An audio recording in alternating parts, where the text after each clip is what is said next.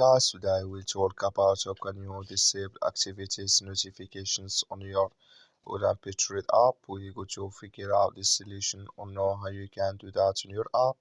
So you just follow these ways, then it's going to work with you. All you have to do in verse, you just go above this sign, click on it here.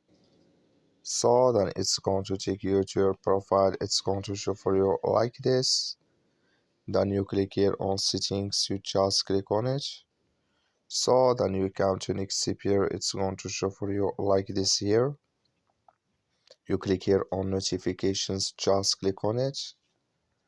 So then you come here to activities, you just click in this sign or this color. Like you see color, it's gone. That's main activities notifications disable with us now. That's all you have to do. I wish you I get it. That's all. Thank you for your watching.